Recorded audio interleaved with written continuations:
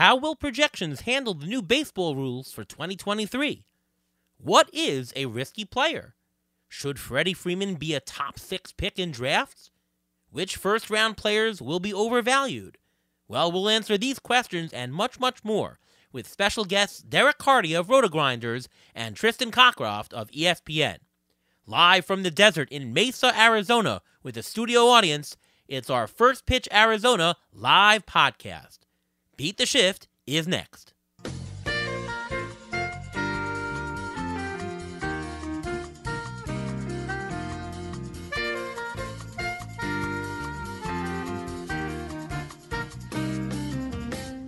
Welcome to another episode of the Beat the Shift podcast presented by Fangraphs. I am your host, Ariel Cohen, live from First Pitch Arizona in Mesa, Florida. Welcome, everyone. Thanks, guys. Ruvain, unfortunately, was not able to make it, but we have two very great guests here. To my left here from ESPN, Tristan Cockcroft. And to my right, from Roto-Grinders, author of The Bat X, Derek Carty. All right, so as usual, let's jump right into it. And I do want to talk about 2023. We know we're having some rule changes, and the number one question I've got asked over the offseason is, are we going to change the name of the podcast from Beat the Shift, as they're outlawing the shift? And so, I think we're all smart people listening to the show and here over here at First Pitch Arizona. We know that certain players are going to be more important. They're going to gain in value. The pitchers who throw a lot of ground balls, they're going to find more of them going for hits. The pull hitters, well, they're going to get more base hits. The bases are enlarging, so the stolen bases are going to go up. We all know that's going to happen, but my question to our guests here are, how much is that going to be? Is it going to be a major effect? Is it going to be a minor effect? And I think more importantly, strategy-wise, as we think our fantasy baseball players, will the market overreact, right? We know that those pitchers are going to be better or worse. We know there's hitters, but are the fantasy baseball players in the market going to overdo it? That's the question. Let's start here with Derek. Yeah, so I mean, there's a lot of questions kind of rolled up in there. If there's one thing we can count on is that the general public is not going to do the best job of it, because in general, they either overreact or they underreact, or they just try to form a narrative about it, whereas the right way to do it is to try to put a number to it. And a lot of this is obviously we're not going to be able to get it exact, but we do have data with a lot of these things that we can look at that can give us some idea, and that obviously I'm going to try to incorporate into my projections. There's a panel later this weekend. We'll probably give a little bit of it away, I guess, but we're going to be talking about these rule changes. I'm on it. I looked a lot at shifts this week. Now, there's still a lot more that I want to look into. It's November. There's still a lot of time. But a lot of what I found with shifts is that the overall effect might be really small, but it's more pronounced for the hitters that it really matters for, the Joey Gallos, the Anthony Rizzos, the guys that everyone is shifting on because they're consistently hitting it to the same spot. The impact for them can be pretty large, but there's a lot of guys that maybe are getting shifted that shouldn't, and it kind of balances out a little bit. So we'll talk about that more, towards the end of the weekend, but I think that's really interesting. And obviously teams are still going to be able to shift a little bit, just not as extreme as they used to. The stolen base stuff is really interesting. We actually have some data on that as well because they did it in the minor leagues. So we can look at what was the cumulative effect in the minor leagues of stolen bases. And we saw stolen bases went up like a lot in the minors this year. And I think the pitch clock probably has more to do with that than the bases, even though that will be the narrative. So, I mean, there's a lot. Why don't we let someone else talk? Yeah. And I would say that what also is changing is the schedule. That, if you're in the AL East and you're playing in all those hitter ballparks, well, you're playing a little bit less next year as we go, every team playing every team. What are your thoughts, Tristan? Trying to suggest that Gleyber Torres is not going to have a field day playing all those games in Baltimore? Is that what you're getting at? Yeah, I do think the schedule is one of the things we don't talk about enough. That's one where we do have to make projection adjustments. If you think back to 2020, when teams were only playing within the same division, that was one where I don't think people stripped out those stats and made the adjustments accordingly, because playing in the Central gave a big advantage for those teams. And if you didn't adjust for it when you were building for 2021 and 22, you paid the price for it. I'll go back to Gallo. Gallo is the guy who gets so mentioned for what's going to happen with the shift. And I think it's going to get people, as Derek alluded to, lazily thinking into it's all of these extreme low average guys turning things around and gaining 50 points in batting average. And I don't think so. I think we're going to be talking only a few percentage points in terms of batting average. It's not going to get back to where it was where we were hitting 20, 25 points higher 15 years ago, 10, 15 years ago. I think it's going to be a small adjustment.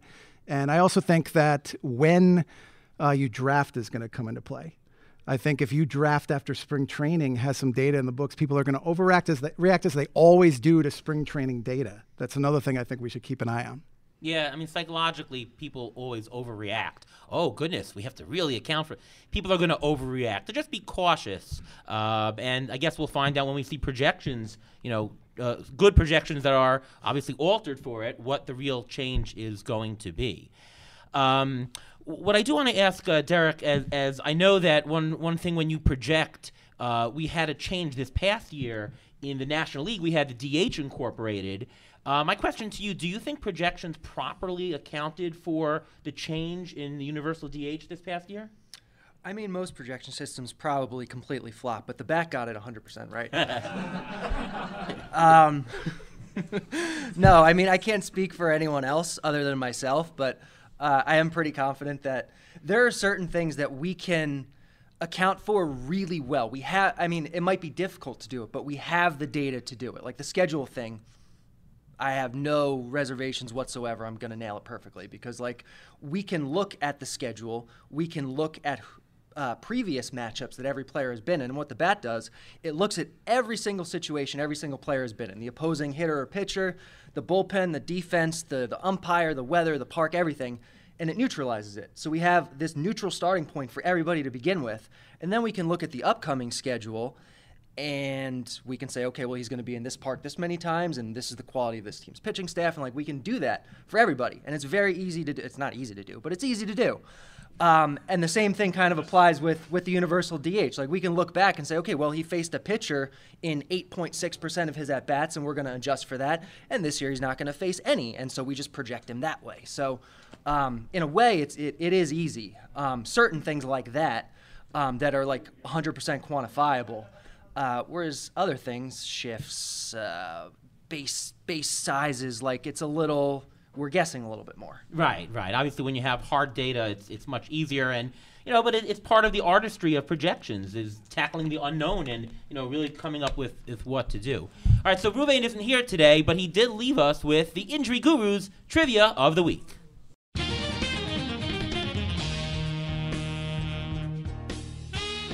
Hey there, this is the Injury Guru, Reuven Guy. On the Beat the Shift podcast, we are constantly talking about low-risk players, the players who could contribute value to as many rotisserie categories as possible. In 2022, there were 7 hitters that had 80 or more runs, 15 or more stolen bases, and a batting average over 275. Who were they? All right, so to repeat the question, and actually there are 8 players who qualified, who had 80 or more runs this past year, 15 or more stolen bases, and a batting average of 275. Anyone have a guess in the audience? Stephen Kwan. Rosario. Julio Rodriguez is 3. Kyle Tucker. Tucker did not. Jimenez, no. Jimenez missed it. He only had 66 runs. Aaron Judge, yes. That was easy. Yeah. Anyone? Rosario was said already. I'm Rosario. Starling Marte missed it. He had 76 runs. Trey Turner, there you go. Nope, Noah Rosarina. No Adelise Garcia. Jose Ramirez, there you go. We're missing just a couple. Just 2, actually. Mookie Betts did not. Joey Gallo missed it by a wide margin. Good try, though. But once the shift is banned, he's got it. Yeah. You guys have a guess, by the way? Any of you guys have a guess on the panel? I looked at your list. Oh, okay. Jose Ramirez set already. All right. Cedric Mullins, nope, close though. Ohtani did not, no. Any last guesses? Dansby Swanson, there you go. One more. I'll give you a hint. He played tonight. What was that? He played tonight. Altuve is the last one. There you go. A couple of near misses just to announce. Mookie Betts missed it by 3 stolen bases. Freeman and Bichette missed it by just 2 stolen bases. Tommy Edman missed it. He only had 265 average. Lindor 270 average. We've mentioned Jimenez and Marte. They missed it just by a few runs. So these are the idea behind the question is these are players with outstanding 3 of the 5 roto scoring categories, not the power and homers.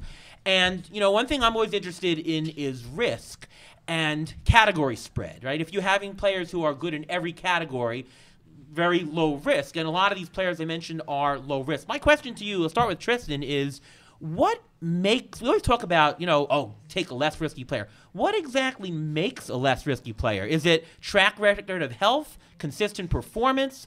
Is it being spread rotisserie? What is it for you? Obviously, it's a combination of all of them, but. Yes.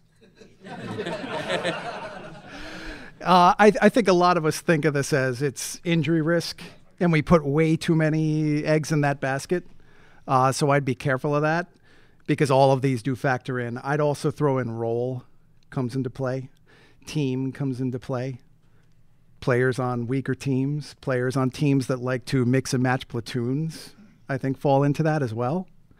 I think it's interesting you brought up runs as one of the categories here for the trivia.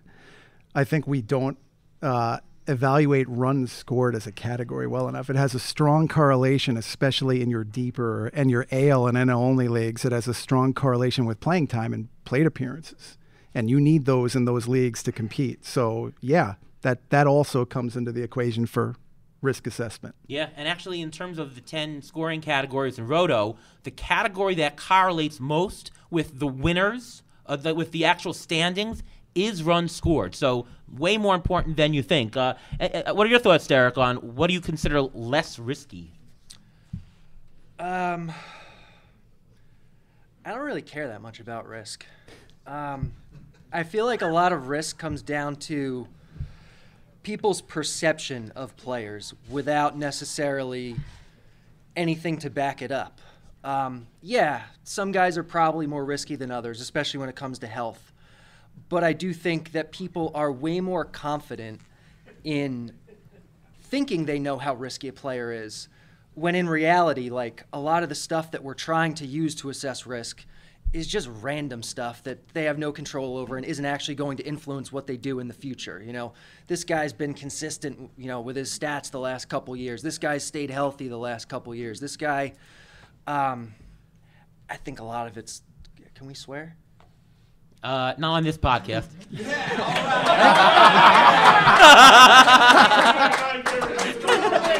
I think a lot of it's hooey.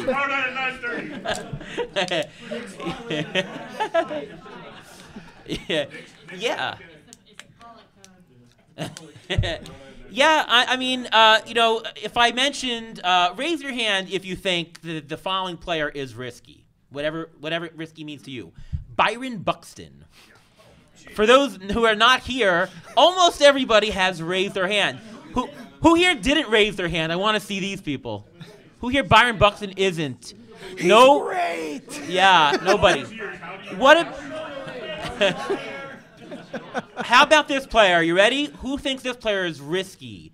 Aaron Judge.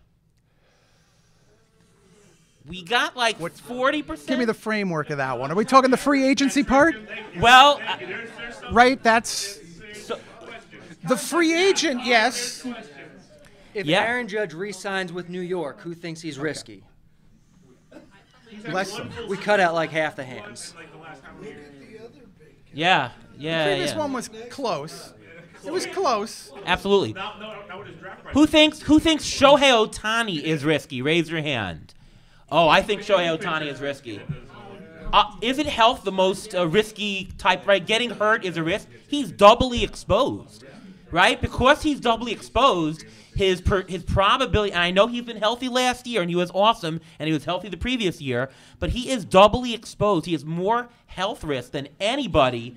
Why is he doubly exposed? He's Because- on the field just as often as anybody else. No, I mean, the he's- pitching aspect, I guess, is a little riskier than the hitting. Well, because but- as a hitter, like, Base and jams a finger, now he can't pitch. well, yeah, as a hitter, you're exposed to cramps or whatever you're exposed to, but he's also playing a pitcher. His pitching stats are affected by his hitting stats, right? They are correlated. If one of them gets missing, the other one gets missing as well, right? So there's a risk. He did play through the pitching injury as a hitter during the second year, however. Yeah, sure. I mean, it is possible, but I've wondered that myself. Will he Sure. would one have an effect on the other? Yeah, it does. Now, I can't say the risk is double, but it is certainly increased more than you think. So I will say this, though. Because of injuries, because of a lot of things, more and more of the value that's drafted on draft day is leaving at the end of the year, meaning players who are not originally drafted have contributed more to the overall value as the years have gone on. It's mostly to do with injury risk and stuff like that. I don't think that risk in general is properly accounted for by the market. I think that if someone is, quote, risky, Byron Buxton always goes much higher than he should when you account for risk. My question to you guys here are, shouldn't we be focusing, especially at the very top, on low-risk players? If you think a player is just a guy like Mookie Betts, man, he just hits this almost every single time, very high ceiling. Shouldn't we be focused more on the don't get it wrong in the first 2 rounds, go for the not risky? Isn't that more important than people think? What do you think? This is coming from the guy who had Mookie Betts ranked number 1. It was either last year or the year before, and I don't think the readers agreed with you on that one, but I liked it. Yeah, I'm pretty big on return on investment in the first round and often the second and maybe the third as well. I think that with your earlier premium picks, and it depends on the depth of the league, just to be clear on that, there's a difference between the AL only 12 teamers and so for us, the 10-team ESPN standards, there's a huge difference between those two. But I would rather have a guy who gives me return on investment. So we've got one I know on the rundown who I'm big on that we'll get into. Freddie Freeman mentioned there. We'll dig deep into him. But like players who give you consistent production year over year, Bryce Harper falls into this for me as well. Right. I think those guys sometimes do tend to get priced down in a way they shouldn't. Right. Like Julio Rodriguez, I've seen NFBC early drafts where he's gone number 1. He's done this once. Now, obviously, we know what he's capable of, but it's a risk of second year. It's a risk of he's new. I don't know. Should he be drafted that high? How about you, Derek, who seems to poo-poo some of the, is there a risk in a player? Yeah, so like in theory, sure. Give me the less risky player early, all things equal. I don't think we're actually able to identify those guys. I think we're overconfident. A guy is safe until he's not. These guys, yeah, Mookie Betts has done it year over year, a few years in a row. Like, great. Maybe he's just been one of the lucky ones who's been able to do that, and his risk of falling apart next year is no less than anybody else. There's been no studies done on this. It's all just like perception and what we think of these guys. Mookie Betts has done it. He must be safe. There's nothing to support that. Has anyone ever looked at, the guys who are consistent year over year like Mookie Betts, do they continue to be? Not one person has ever looked at that. And I imagine if you do look at it, there's probably not a lot there. Interesting. We did mention Freddie Freeman. Freddie Freeman. And I will say that there is one important distinguishing thing. This is not me saying go out and draft the Julio Rodriguez's, but I don't think that's a matter of risk. I think that's a matter of proper assessment, proper projection of a player. Like Julio Rodriguez is not going to project as well as Mookie Betts because he's only done it for a year. So you're avoiding him not because of risk, just because of he's not good enough. Right. Well, part of some of the pricing is, you're putting risk into the pricing. You're putting risk into the projections, things like that. We mentioned Freddie Freeman. Freddie Freeman, let me read you his accumulated roto values in a 15-team mixed league over the past couple of years. $38 this past year, $30 last year, $42, $33, $30, okay? if you go by projections, which I know you do, I do a lot. He doesn't come up as a top 5 player. He doesn't come up as even a top 10 player. He's usually number 13, 15, 16, 17, 18. Yet he's returned such great value. I think it was Rob Silver who had a tweet that he's finished in the top 25 in each of the last 5 years, and there's only 2 players to do that, him and Trey Turner.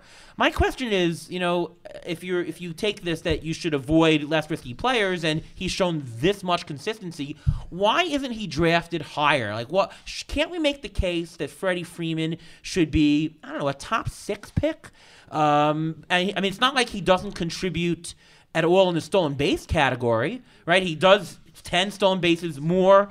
Why can't he be, would you rather have Freeman or Aaron Judge? Like, Aaron Judge has shown this amazing year. He's bound for regression, but Freeman has done this so consistently. How come he isn't drafted higher than he should be? It's a fair question, and I've got a little bit of bias coming in that I do a lot of points-based play now, and Freddie Freeman is amazing in that format, so it's easy to say that he's great. But if you look at him even from the roto perspective, you know what it is? He doesn't steal enough bases. That's all it is. We do place a premium on those in the early rounds. I do it myself. I've been as responsible as anybody over the past several years that I want to get those 2020 candidates, but he's still going to give you a contribution there, and he's rock solid in everything else. And there's something about that I do want with my first pick. I want that foundational piece that I know I can count on. And I know, Derek, to your point, no player is guaranteed here. I mean, you look at Freddie Freeman's career, 117 games in 2017. He missed time. He wouldn't have returned the investment. But more often than not, he is.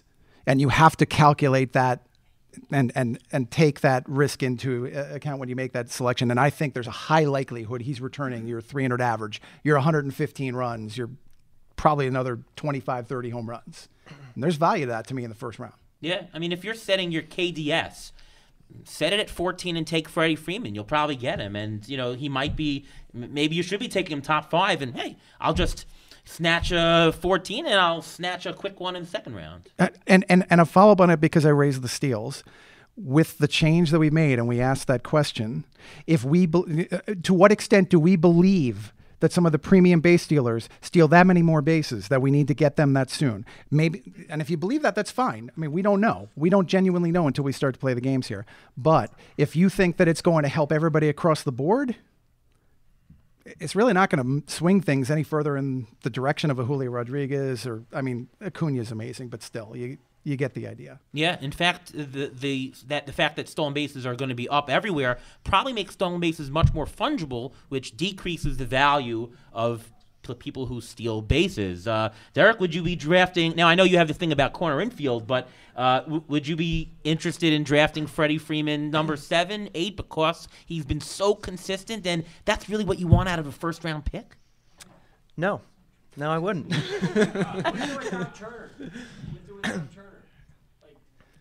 Turner there? Trey Turner? Yeah. Trey Turner is maybe. Right. Influences the lineup. Turner there? Yes. Yep. Projection's going That's to true. account for that. So if the projection likes him there, then sure, I'll take him. It's huge. Freeman's always had the protection. The Dodgers, I'm sure, will fill the gap either way. And, of course, by the time you draft in March, hopefully you'll have a solution and you'll have a better idea. But, why you say no? Again, I don't think that Freddie Freeman is necessarily any safer than anybody else who projects exactly the same but hasn't done it as quote-unquote consistently. You can come up with any number of players who were consistent and then they weren't. Mike Trout was so consistent and then he wasn't. There's boring guys that you get. Whit Merrifield. How safe was Whit Merrifield coming into this year? You can count on for batting average and stolen bases and runs, and then he was a part-time player. I think we overestimate our ability to analyze risk. And the only thing I'll say is that I've done, because ATC looks at many different projections. ATC sort of looks at parameter risk, right? How do projections differ from each other? And what I've noticed and studied, official study, is that the players that the projections are more consistent tend to actually have a higher expected return at the end of the year than their projected value, and vice versa for players with projections that disagree. For example, I was very high this year, and ATC was high on Aaron Judge. That's because the projections that comprise ATC had him at 41 homers, 41 homers, 41 homers, 40.8 homers, 40 homers. It was consistent. So that tells that, because I've done a study on that, showed that, oh, actually, we should be bumping up the price because his expected value, risk-adjusted, using parameter risk, is higher. So there is a thing. There is a thing about So you have studied that? I've studied the parameter risk effect. Yeah, the health risk, of course, it's harder to influence, but we also know it's more real. I mean, Byron Buxton ain't getting healthy anytime soon. So you're saying, Judge projected for, I don't know, whatever you want to call it, he was a $30 player according to ATC. You're saying that in your studies you found that the guys that have that level of consistency between projections, if they project for $30, their worth is, they're actually are like a $32 player, Yes. a $35 player? That's exactly what I'm saying. That's And the ones interesting. who are at the opposite are worth -2 on that. Absolutely. Sure. Yeah. So in other words, if his games total for the projections varied wildly, that you'd penalize him for it. You find that those are guys to avoid. Yes. 'Cause Judge has not had to his- avoid, but to take off price. Right. To risk adjust. Because Correct. Judge would be a great example of that. If you flash back 2 years, he probably had a 100-game projection, 145, and a 95 for all we know. That's right. Obviously, total value incorporates the playing time, the consistency in homers. But yes, absolutely. When you have inconsistent playing time, that factors into some of these numbers here. We're talking about an individual player, but my question to you, let's start with Tristan, is, are we looking at risk on an individual player basis, or is it more important to actually focus on the team construct in the aggregate? So say you draft, it's okay to draft Byron Buxton, but you got to get a couple of safe guys. Or if you get a bunch of safe guys at the top, sure, you can take a lot more risky darts. Like, is there a notion of aggregate team risk, or does it really not matter? Just make sure that you get every single risky guy at a discount and you're fine. For me, it's more the aggregate, just because otherwise I'd be afraid I'd avoid all of the Byron Buxtons out there.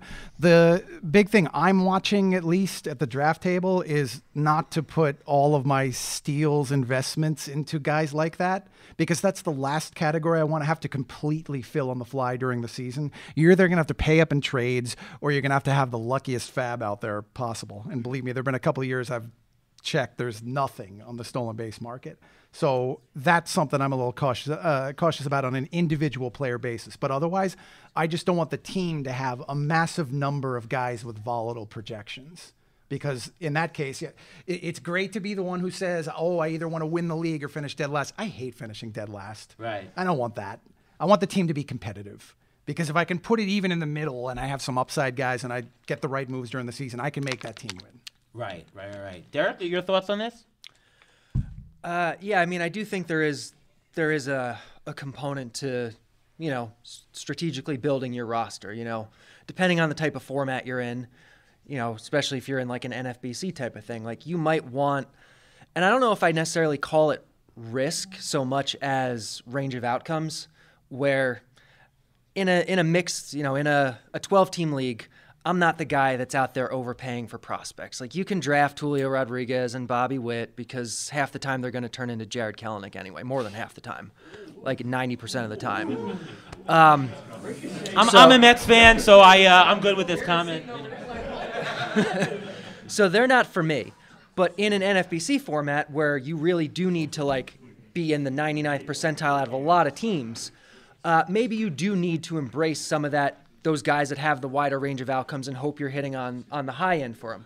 But if you build a whole team where you're drafting 6 of those prospects, you're dead. Your team is the worst in the league and you lose. But you might need 1 or 2 of those guys. So there is, I think, a balance to it, depending, and it's all format dependent. Yeah, absolutely. Certainly, if you're looking for an overall prize, you're not going to want to have the safest team overall. Right? By the way, Derek, leave my Bobby Witt Jr. alone. Okay, no cursing that guy. Come on.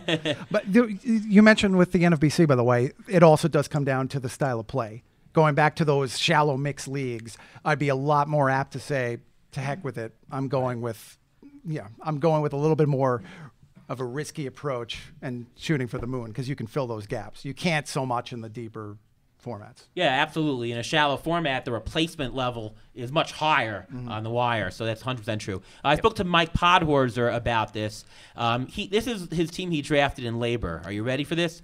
Ronald Acuna, Jacob deGrom, Salvador Perez, Alberto Mondesi, it gets better, Byron Buxton, Kershaw, Verlander, Christian Yelich, Noah Syndergaard, Luis Severino. I mean, that is some stacked, risky, quote-unquote team. He finished, I think, almost second place. I think it was like a point out of second place. It can be done. I spoke to him, and he's like, well, I don't care. I'm getting great bargains all around. Could be true. For me, I find that you can make a discount for each individual player, but you have to limit it overall. And I say this because I find that when I have very low risk on a team, I don't need the upside guys. Like, I want to make value on each and every player on the margins, and then I'll get lucky, or I'll find that one $3 guy who turns into 20. I'll find that Aaron Judge to put me over the top, but I can't win a league unless I have a base of value.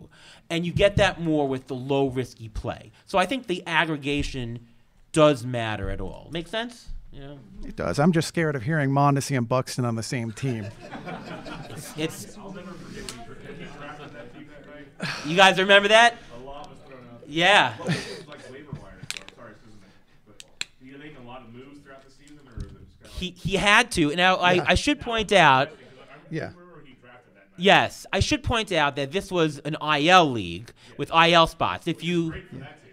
yes. Mondesi still contributed. Really. Yeah, there probably were more players on the IL than there were in the entire his entire active roster, right? I want to talk about corner infielders. In the past, we've noted, because of projections, that there were great pockets of value lower down. So I know for sure, Derek, we've talked about this many times, that that even though Freddie Freeman looked great up top, Paul Goldschmidt looked great up top, we sort of said, you know what? Sure, he looks like a good player, good value, but if we get that corner infielder up top, if we get two of them and we block our spots, we won't be able to get these tremendous corner infield bargains lower down. I found that in 2022, the opposite was true. I mean, the corner infielders taken up top, Jose Ramirez, Vlad, Devers, Freeman, Machado, Olsen, Alonso, Riley, Goldschmidt, Arna, all of them were rock solid at the top, and there weren't really many busts. Chris Bryant, that's not many busts, but who jumped up? Who really gave value? Who were those big ones at the bottom? Not much. Christian Walker, Rowdy Tellez, Nate Lowe, Drury, but he actually wasn't drafted, so he can't even be in this discussion. Based on that, I don't think that 2022 would have been right. Do you agree with that? And B, do you think that's going to happen in 2023? Do you think that the value in corner infielders are going to get those top non-risky ones, or will there be value late? It really all depends on what the projections look like and how the market is pricing these guys. You know, I think going into 2022, we weren't seeing quite as many theoretical bargains ahead of draft day as we had the previous few years, where they were crazy. There were some, like Christian Walker was a guy that I targeted everywhere this year and got everywhere. But we don't know what it's still really early. I don't know what it's going to be like next year, but I'm going to take what the room gives me. I'm going to take what the market gives me. And a lot of times what we see with corner infielders, and kind of the crux of the theory, is that corner infielders are the types of players in general that the market undervalues. They don't steal bases.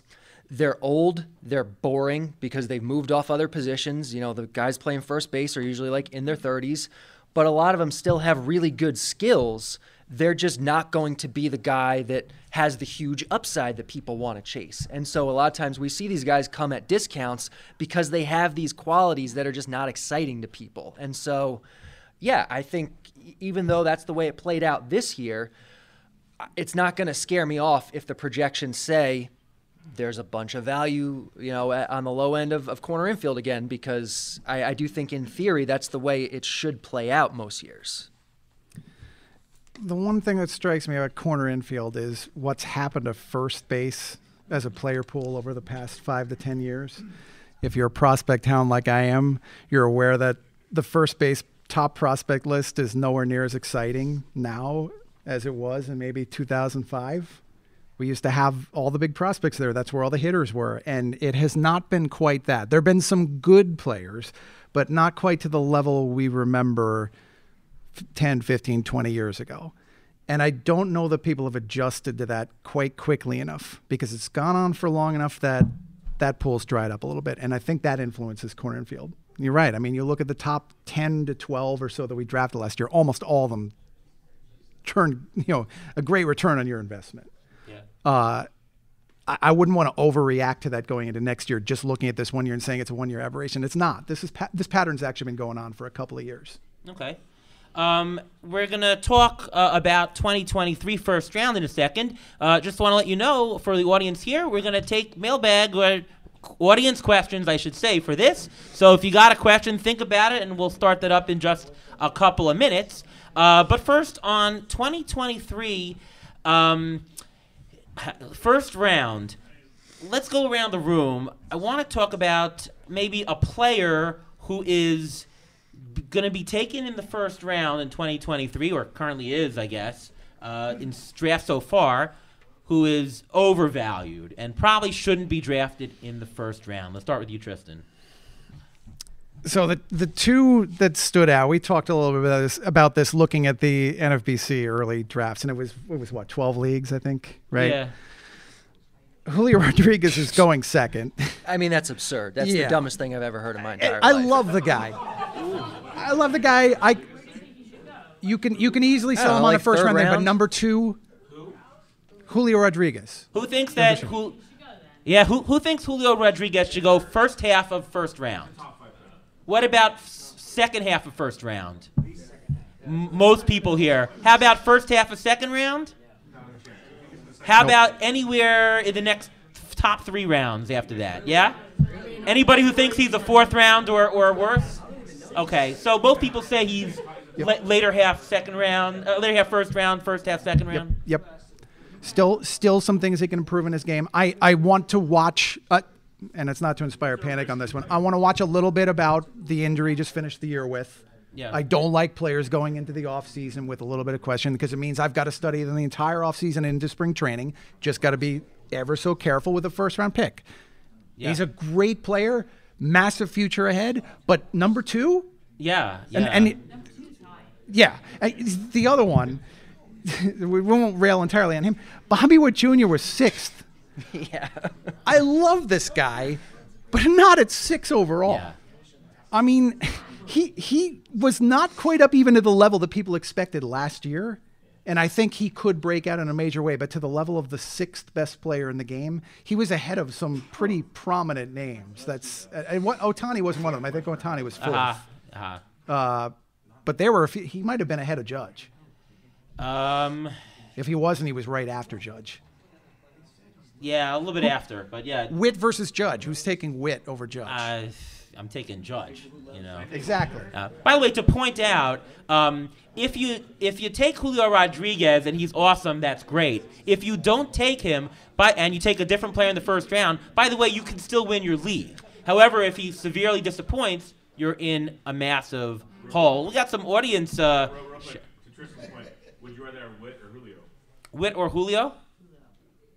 I'd rather, for this year, I'd rather have Julio. Yeah, and another audience question here. At the draft position, yes.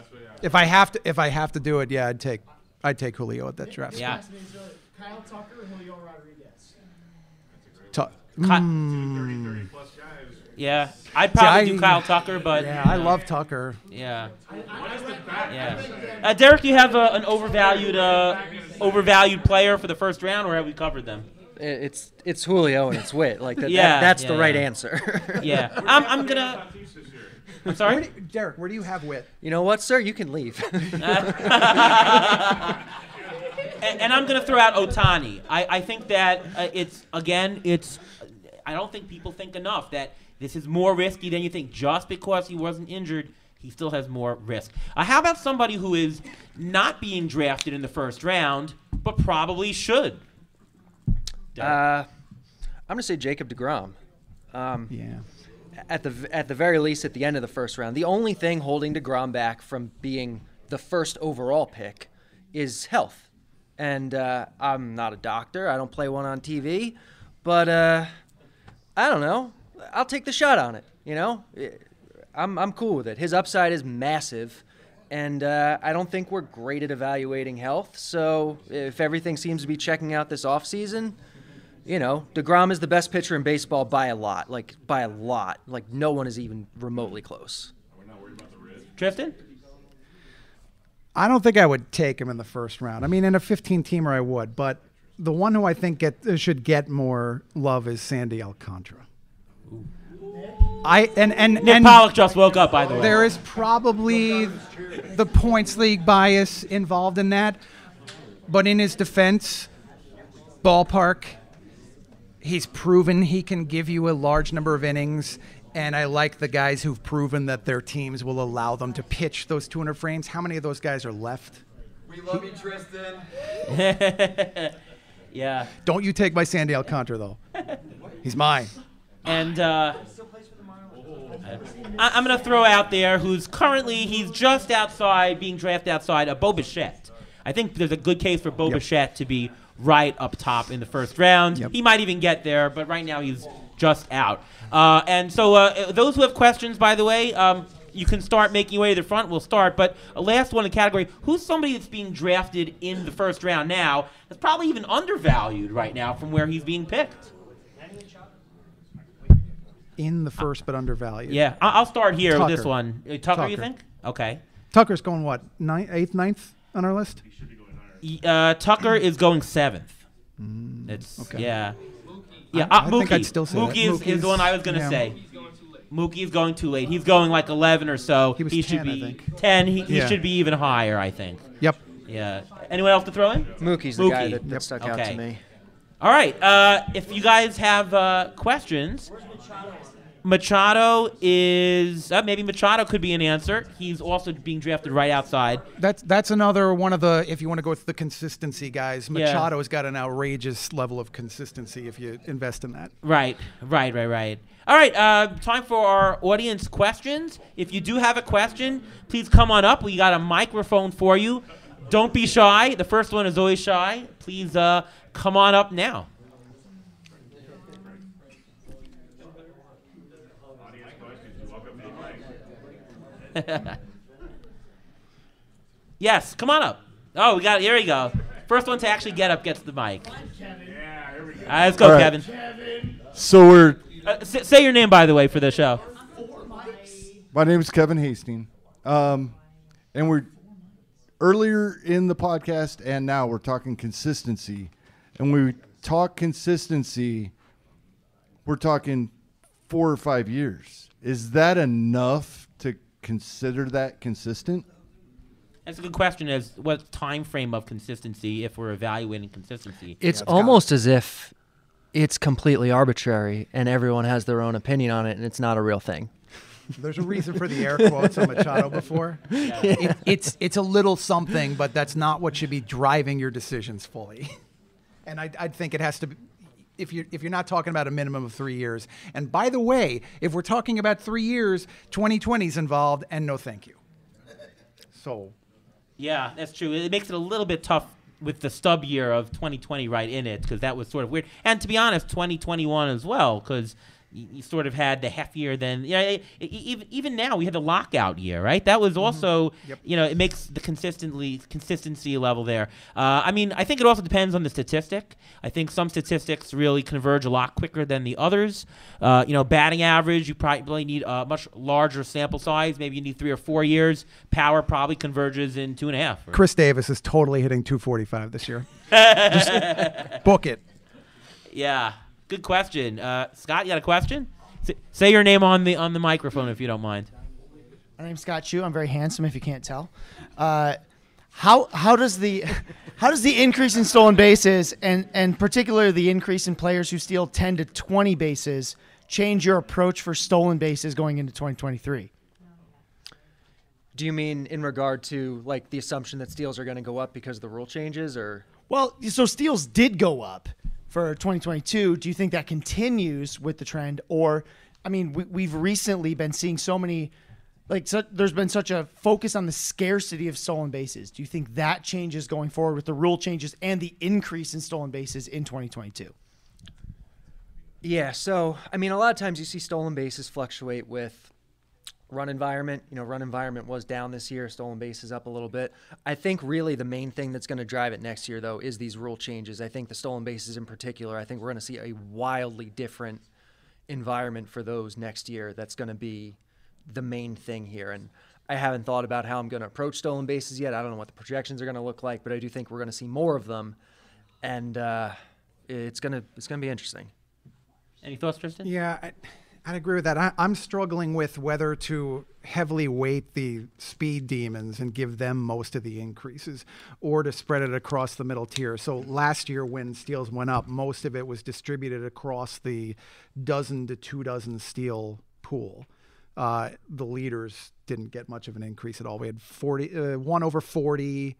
We've got 6 who are over 30, 12 that were over 25. So is it going to be evenly distributed across that group, or is it going to go to the quickest guys? It's hard for me to determine that right now.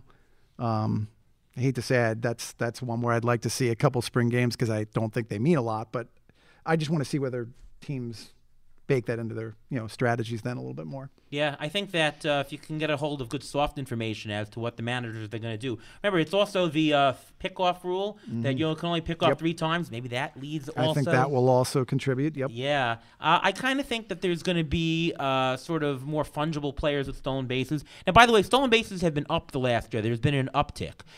We're back at the levels of 2018 right now. There was 2,400 and change stolen bases this year. Back in 2018, there was 2,474. So we're back to that level. Like, it's been sliding, but now we're going up, and you probably are going to get a bounce anyway. So even before the rule changes, I would have said that speed is going to be a little bit more muted. The value of stolen bases, since there's going to be more in the aggregate, and I think spread around, are going to be there. Certainly, the value in stolen bases this year came from not from really high draft picks. Jorge Mateo, the guy on the Marlins, what's his name for a second? John Birdie. John Birdie, of course. Not Jazz. No love for Jazz. No. Come on, he could steal some bases for you. I think he a gets lot- on base if he all can the get on time. base, yeah. I think a lot of that comes down to, again, the market being overly confident in their ability to assess things. And we see it so much with speed because it's something that you really can visualize. This guy's fast. I know he's going to steal bases. And I think people really think, oh, this guy's definitely a 30 steal guy. This guy's definitely a 40 steal guy. And a lot of times we see with the big speedsters, like, they regress the same as anything else. Speed is noisy, even though people don't want to think it is. And so those big speedsters, you're not getting the stolen bases a lot of times that you think you're getting out of them. Yeah, and power is also going down. So some of the philosophy of teams to say, well, why try to steal a base because you run into an out where, if we're going to have an uptick in balls in play and more hits, there'll be less of the propensity to say don't steal. I think there's going to be pressure on more steals in general, which I think it's going to be all over the place, which will mute the steals. I want to make a quick poll because I'm curious. Sure. And we have another projection master who's pretending to be in the room right now, but not quite. How many people think there'll be a 60 steal guy this year? I do. I can't tell you who it is. I'm not going to project I actually anybody do for too. 60, Yeah, I don't know but who I'll it say is. someone will. Yeah. That's what I was curious. No? I think there'll be more 20 steal guys. player, he played 100 games.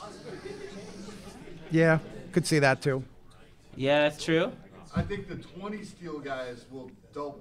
The guys at the top already take all their opportunities. It's going to be guys that take more opportunities. Yeah. Betting on 60 steals is betting John Birdie playing a lot of games. Yeah. You don't have to. The best part with me asking that is you don't have to name who it is. And that's a good point, by the way, Kevin, that I think it will come from the middle. And just as you said, that teams are saying don't steal unless you have a very high stolen base success rate, 78%, whatever number that they're comfortable with. Those guys are already getting the opportunities. But if we think that the stolen base success rate is going to be higher for those marginal, maybe 70%, 72%, and all the new rules now put them into the 78, that just propels more people who weren't already trying to steal to now steal. So I agree with that I don't think it's going to come from the top. I do think it's going to come from the middle, and that's a very, very good point. Yeah. Does that make that stolen bases aren't as valuable as they once? Yes. Stolen bases, the value relative to last year goes down. Draft Freddie Freeman early instead of someone else. There you go. Don't you need more steals to Let's compete bring it then? full circle real quick. You, Don't you need more steals to compete? you need more steals to compete, but the players are now more fungible in terms of the stolen bases. You're going to get 20 stolen You're going to get them more from the bottom. So even though, yes, everyone goes up together, so the value of players are the marginal differences that will decrease. So not only the 20 guys could double, but you think that the 10 guys could turn into 20. Well, they'll all go up. Yes, correct. I don't Yeah. know that all of them will. Well, I not think it's all of gonna them, be- but yeah. yeah.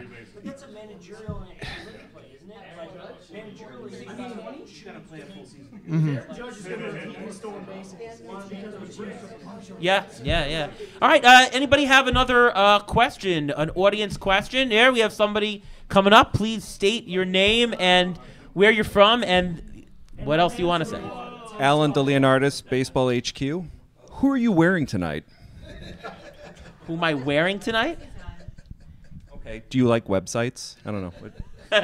I'm wearing the Beat the Shift podcast shirt by RotoAir, and no, we're not going to change our name even though the shift is being banned. So. All right. Real question. Closers. How much higher do they go?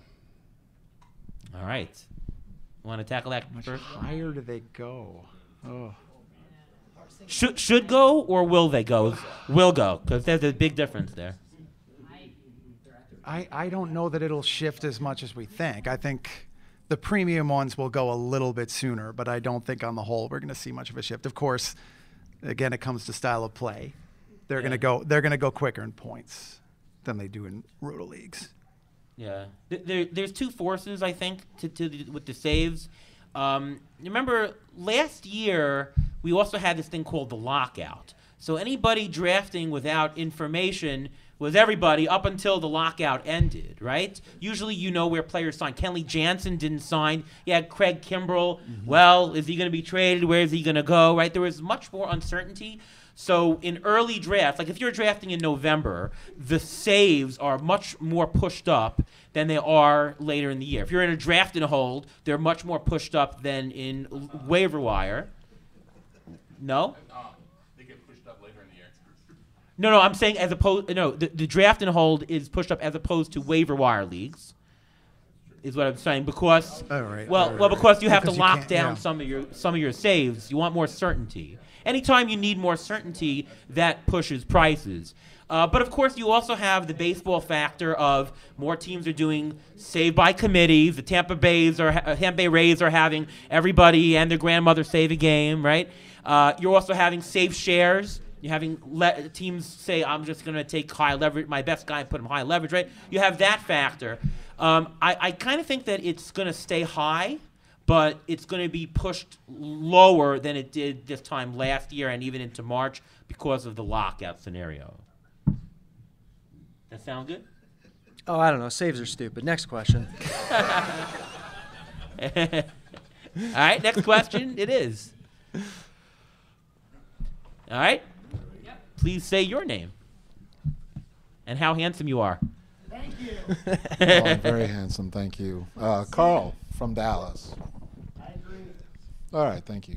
So the question is, kind of going back earlier, if you have a player that's been injured for a good part of the season, the following year, do you factor in that at all? And if you do, how much weight does it carry? The answer is I don't factor it in. I'd like to, if it matters. Injuries are very, very difficult to study. First, there's not really great databases of it, and then there's just the thing of, like, everything's different. Like, if you have an elbow injury, like, everyone has different physiology, everyone has different recovery time and conditioning, and, like, you don't know how it's going to affect everybody. You don't know the severity of. There's so many factors to account for. that no, I don't account for it. I'd like to, but it is a massive undertaking. I think the only way that it might be accounted for is in playing time projections, which I don't do. I take ATCs. There you go. So you're saying that there's a lot of possibilities that it could affect very them. possibly matters. I would say But it you almost don't- certainly matters, Okay. but I think it's very difficult to quantify. Not impossible, just Is difficult. there any intangibles that you factor in? Things like a player in his contract year who wants to go free agency, or No, that I think studies have pretty much shown doesn't Oh, really? matter. Yeah. Yeah, I mean, Ruvain's not here for this injury question, of course. I know. We all miss him. Yeah, but it really does matter the type of injury. When you have a soft tissue injury, the reoccurrence is going to be much higher. If you have a freak, he was hit by a pitch and broke his, that's not, it's a freak injury that's not going to account. So all injuries are not, they're not all the same. So you factor in what kind of injury it is. Yeah, I mean, playing time projections, if done right, should factor that in. So when to be clear, I don't think it is being factored in most public projections or any public projections, but theoretically it should. Yeah. Great. Thanks. By the way, when the injury is occurring matters. So, for example, I mentioned with Rodriguez, I think that's a minor thing. That could, by next week we could all be like, okay, yep, that's no big deal. Yep. But I know I'm generalizing, but fade every injury that's happening during spring training. Like, not one that they suffer then, but if a guy comes in and they're like, oh yeah, he's going to be great, he's going to be fine. Generally speaking, I take the approach of fade the player if you can. If that's creating a discount, by all means, we spoke a lot about Ronald Acuna Jr. last year. Right. The market was overcorrecting for that. By all means, I'll draft him then. Right. But in general, I will take the approach of fading the injury because more often than not, it does not work out. But I'm going to talk about an injury where they're missed a large portion of the year. The previous year, though. Yeah. So if that injury still has a bearing on where he's at today, then I'll take it into account. But if he's okay today, I'm much less concerned about it than I am if he's recovering from it heading into next spring at the time that I'm drafting. So this past year, Acuna, Mm-hmm. You know who I'm talking about. Yep. Yeah. Was going number one, considered before, way before the injury. Yep. Did you not? If you had a number one pick, did you pick him? Nope. No. So you did factor it in. Oh yeah, because it was going on at the time. Yeah. How about the guy who doesn't factor it in? Did you pick him? Number one? No, I wouldn't have picked him number one. I don't think even the year before. No, the I didn't think he deserved it then either. Okay. Derek's was more performance stuff. Yes, I got it. Okay. To speak a little bit towards that, usually when you're injured, you don't play very well before you're injured, and that organically moves the projection. It does. Towards, so I found that you can just let it do itself. 3-year averages are not lazy; they're incredibly useful. Mm-hmm. Yeah. Many people think 3-year averages are lazy. They do a lot of work. Mm-hmm. Yeah. Yeah, I mean with Acuna also it was a leg injury, so you also have to figure that when he returns the first X in now this didn't happen. Acuna stole bases right away, but in general I would say the first month or so probably a little bit less on the stolen bases, but yeah, your point is right. Okay. Yeah. Thanks. Good. Any other questions from? Just a follow up on that. Yeah, go ahead. Right into the mic is good. Name's Eric. How handsome are you? Thank you. Very. Anyways, quick question. Following up, you guys dismissed contract years. Mm-hmm. Yep. Where's the data that you've done? Can we see it? I'm pretty sure the forecaster every year has a study, so. doesn't it? Contract there's been a years are- few. You went through, for example, on Judge that it's his consistency, not the fact that he had his contract year. It's one of those things. I don't mean it.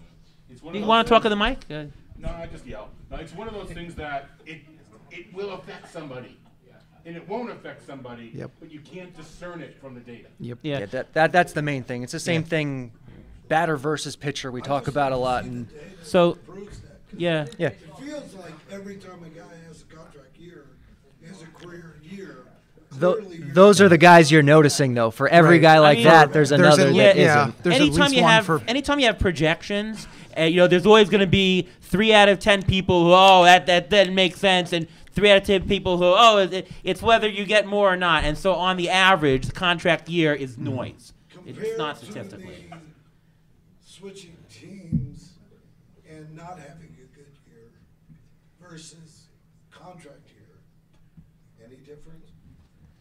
Switching teams is different because there's different environments, I'm right? just saying about that rule that you don't pick a guy that switched teams.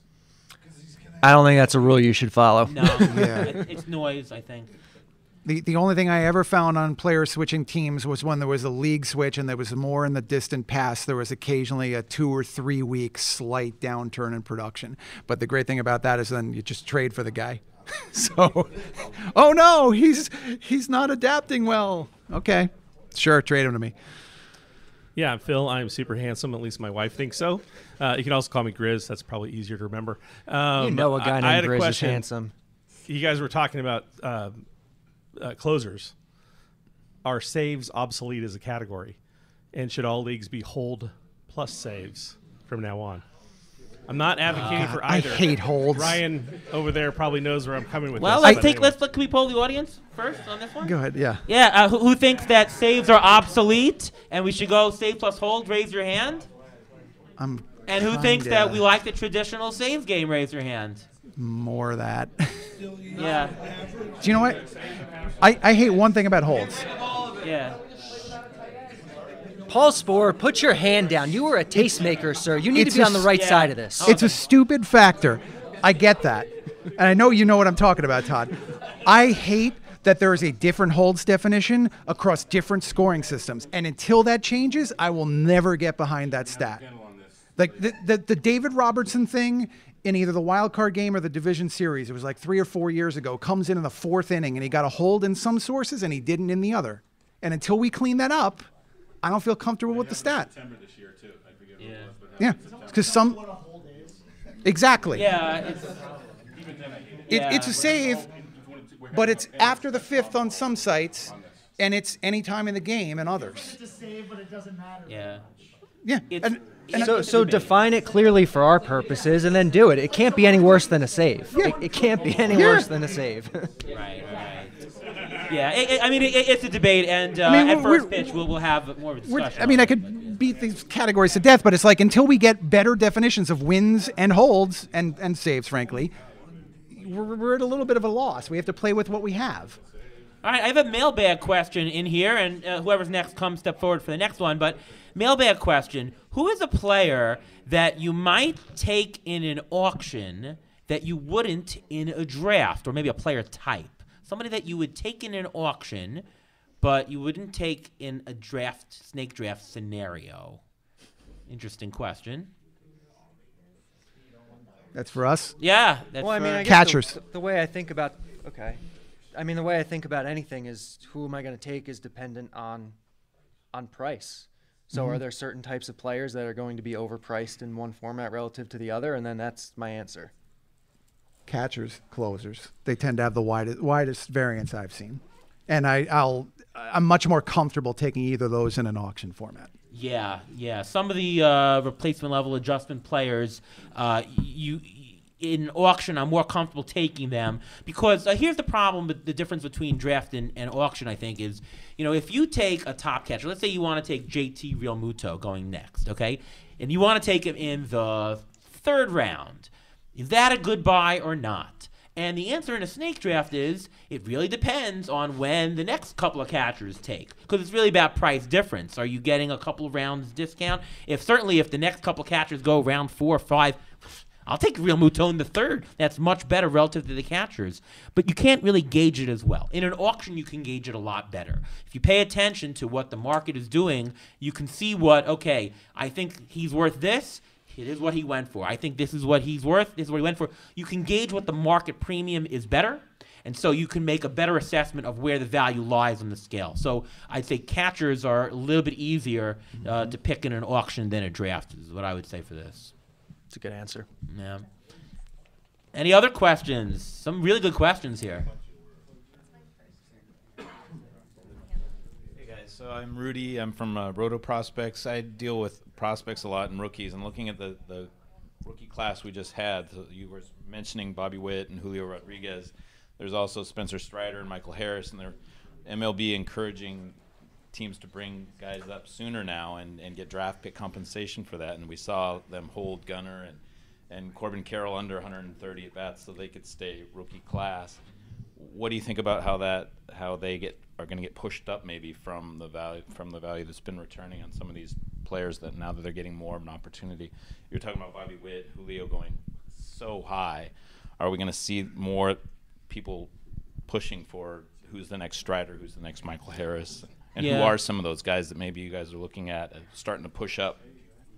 I mean, playing time, because they're being played more because of the new rules and new collective bargaining agreement, certainly makes them more valuable in general, right? They're getting more playing time. You also have the fact that there was no minor league season in the COVID year, so there's a little bit of a bottleneck of some of these guys coming up. So you saw a lot together. So the answer in general is yes, it'll be pushed up. Any thoughts on any specific players? No, I don't care about prospects. That's no. I'm a projection guy. Everyone knows projections are usually down on prospects, and I'm fine to play into that. But it's wild to me because prospects get pushed up so much in drafts to begin with that if they're going to start getting pushed up more, it's great. I want to find an upside guy. I want to find the Julio Rodriguez, but so many of them flop that in terms of pure value, they're generally very bad picks. But if you need to play for upside, then, whatever. I don't care. Prospects suck. I'm curious. No, it's a good question because I'm curious whether I mean I know you're a prospect guy. I'm totally joking. Sorry, no the Gunnar question. I'm curious whether people are going to start pushing up the prospect market based on those late season call-ups because that was uncommon. That changed as a direct result of the rule. But not only the prospects like that are the obvious top 5, top 10 prospects that are going to get tons of playing time, but who. People want to know who the next Michael Harris and who the next Strider are. As Tristan knows, I won a league with him in it this year because they got Strider and Harris. So you beat Tristan in the league. You want me to say that Kyle Harris? I was going to say, is that why you came up with the question? I will give you this: Harrison will probably make an impact this year. But my guy's still Grayson Rodriguez.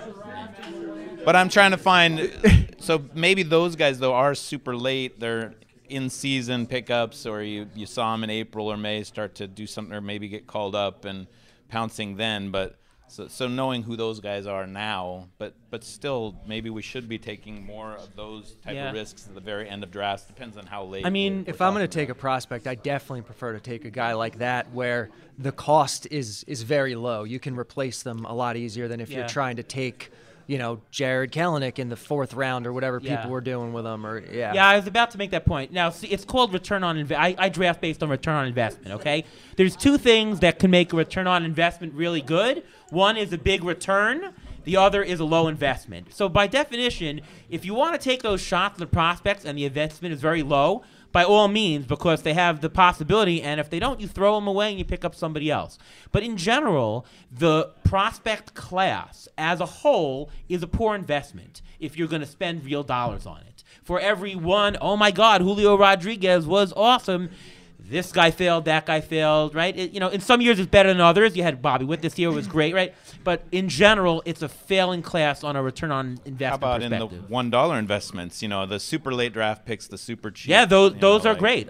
We do them all the time. If a $1 late in draft, sure, go ahead. Especially if you think that they're going to get more playing time right away. Those are always the best. Playing time is king, of course. All right, any last questions before we wrap up the Beat the Shift podcast? Would anybody like to tell us how handsome we are? All right. Last question here.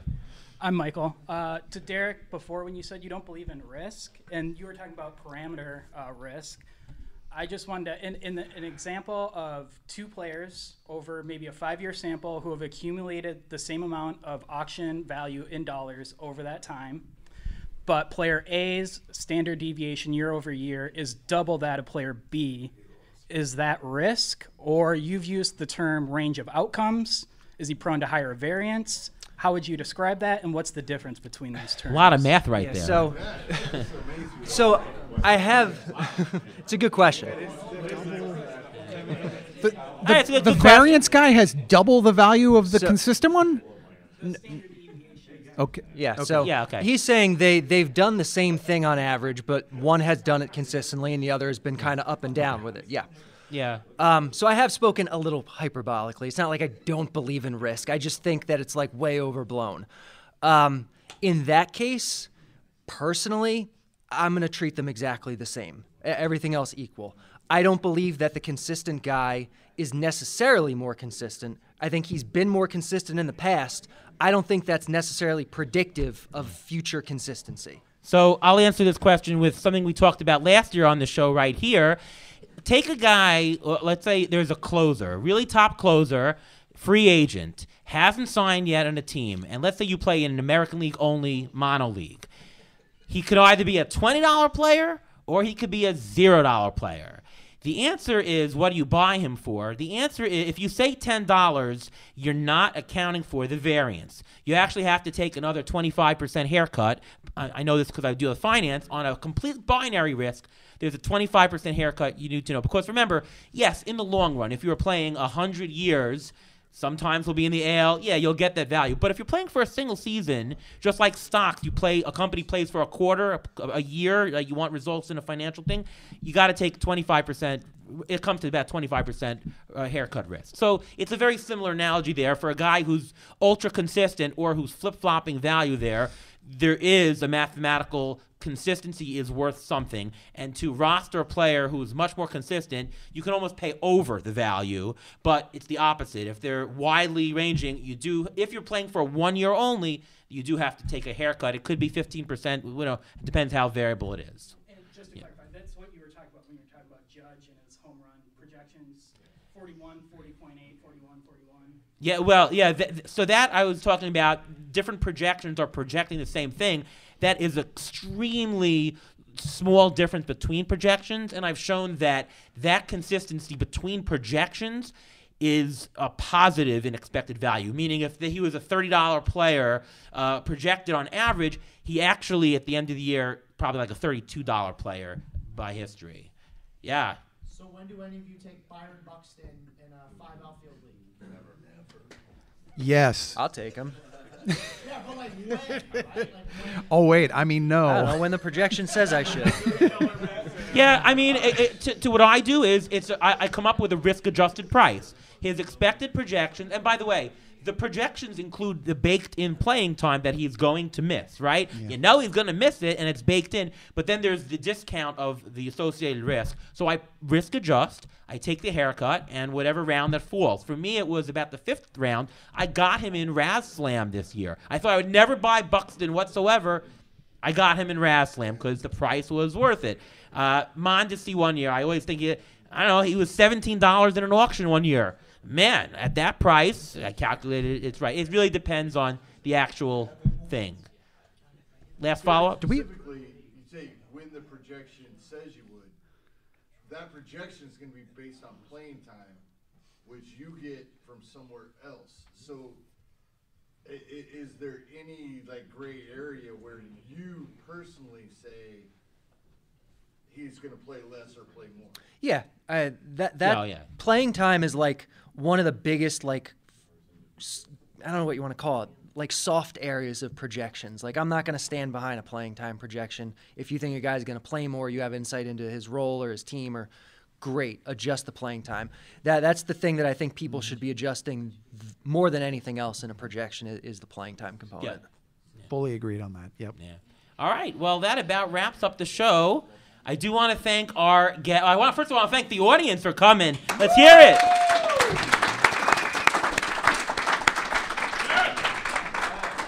All right, yeah. And I do want to thank our guests for coming on. Maybe just tell what's going on with you. Tristan Cockcroft from ESPN. Yeah. Already had the ranks up for this year. So, oh, wow. Yep. Way too early, as we call them. Check them out. Always really great stuff by Tristan over at ESPN. And Derek Carty? Yeah, I'm on Twitter at Derek Carty. I make the bat projection system. You can find it at Fangraphs for season long, at Roto Grinders for DFS, at EV Analytics for sports betting. It's pretty good. Yep, and I'm Ariel Cohen. You can see my work over at Fangraphs. I'm on Twitter at ATCNY. And, of course, you can listen to us on the Beat the Shift podcast right here on this feed, which you're currently listening to right now. All right. Well, again, thanks so much for everyone. Thanks for Arizona. Thank you for Baseball HQ for hosting this podcast. And for the rest of you here, see you next time.